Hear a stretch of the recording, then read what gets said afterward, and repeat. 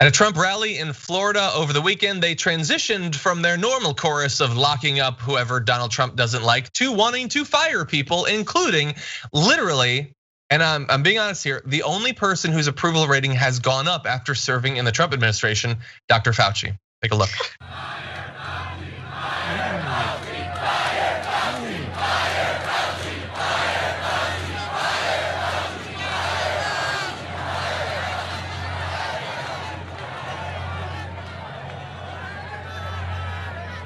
Don't tell anybody, but let me wait till a little bit after the election. Okay, so people did find out because it was being filmed. But anyway, yeah, so they want Fauci to be fired. So they do want the government to do something when it comes to the pandemic. They want the one guy who seems to take it seriously to be fired. And Trump, true alpha, says, well, I can't do it until after the election, but then I'll fire this guy who doesn't want you to die from COVID. That's cool. Francesca? You know, John, I did a whole episode for my news comedy show, Newsbroke, on secession. And when I see that video, I'm like, you know what? Maybe California should be its own country. Let's just break off, okay? Build the wall between us and the rest of the country. We'll accept obviously asylum seekers from Michigan or wherever if you're trying to get away from these super spreaders. But like, it's mob rule. This is Klan-like behavior. They want to fire the only guy who's been honest with the American people, a scientist, a doctor. Like, why? You see the spike, and now everyone knows someone who's gotten COVID or died.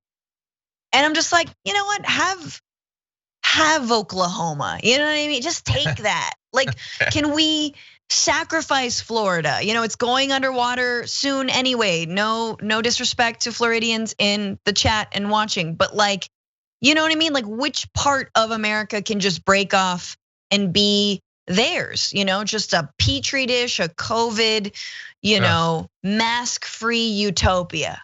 They'd love that. Yeah, Fauci, they want him fired, like the guy who he doesn't want them to die. He's trying to protect us. There is nothing. I mean, I can say a lot, but it's not going to accomplish anything more than just saying death cult's gonna death cult.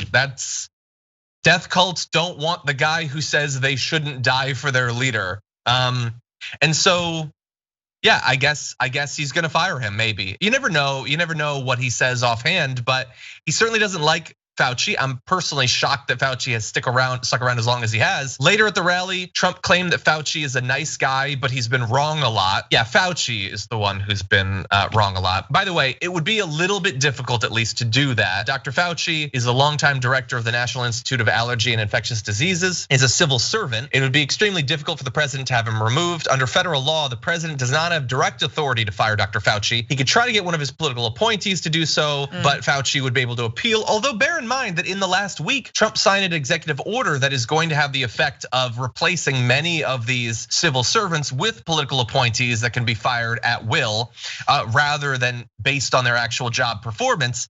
I don't know if that's about Fauci or just in general, they like the idea that all of these federal bureaucracies, they find to be sort of like obstacles to their agenda anyway. Why not just wipe them out and replace them with political appointees? But to see that chant against Fauci in Florida, where almost 17,000 people have died from COVID in Florida alone, including a relative of mine. The only thing they want from Trump on the pandemic is to get rid of the guy who's trying to get him to take it seriously.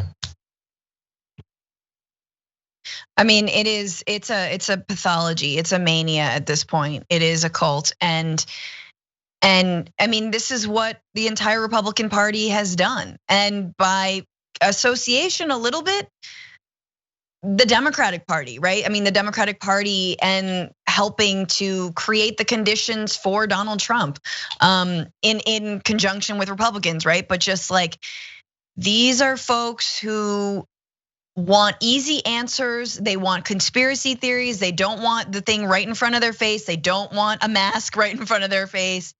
And And wow, how America has let them down, almost on just an ideological level, almost on definitely on an educational level, but also on is there no framework for these folks to actually help to understand science, what's going on in the world? It's like, where did we go wrong? I feel like I'm their mom. Like, oh my God, what did we do? Did we spoil them? Yeah, maybe we did. So much is just, and I think everybody watching can probably agree with this. So much about this year has just been so deeply embarrassing, so deeply distressing on a level that I think we're gonna take years as individuals to really work through how failed America is as a political experiment, how much American society has failed its people in creating this group of people that refuse to think critically for even a second, that just want to run to something that's going to make them feel comfortable and make them feel like they don't have to change or evolve in any way. It's been the worst year. It just has been the worst year.